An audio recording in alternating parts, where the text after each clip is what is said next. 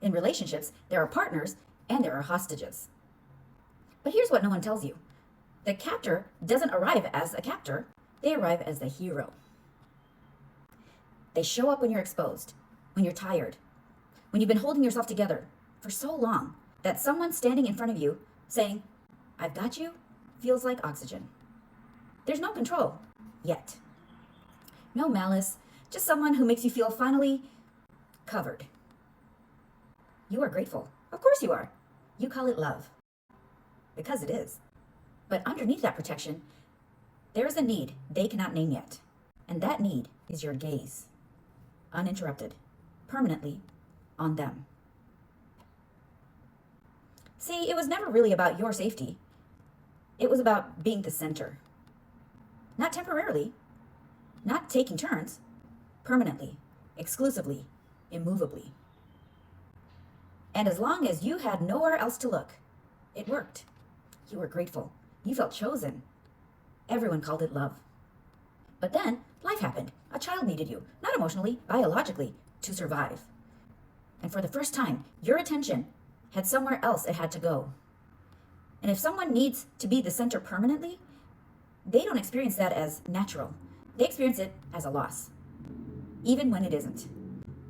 Because here's what nobody taught us. Centrality was never meant to be owned.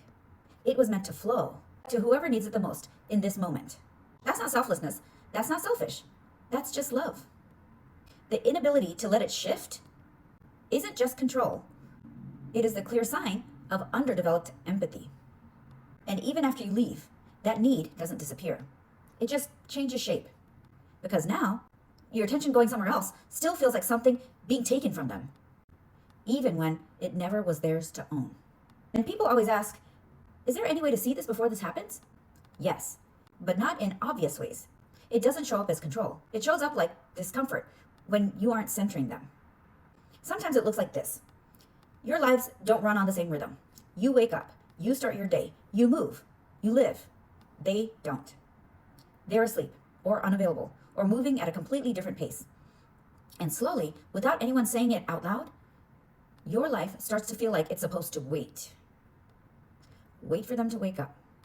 Wait for them to be ready. Wait for them to be available. And if you don't, if you go live your life anyway, something shifts. Not loudly, but enough for you to feel it. That discomfort isn't about missing you. It's about them not being the center. And that's when the hero morphs. Not all at once. Slowly. So slowly, you almost missed it.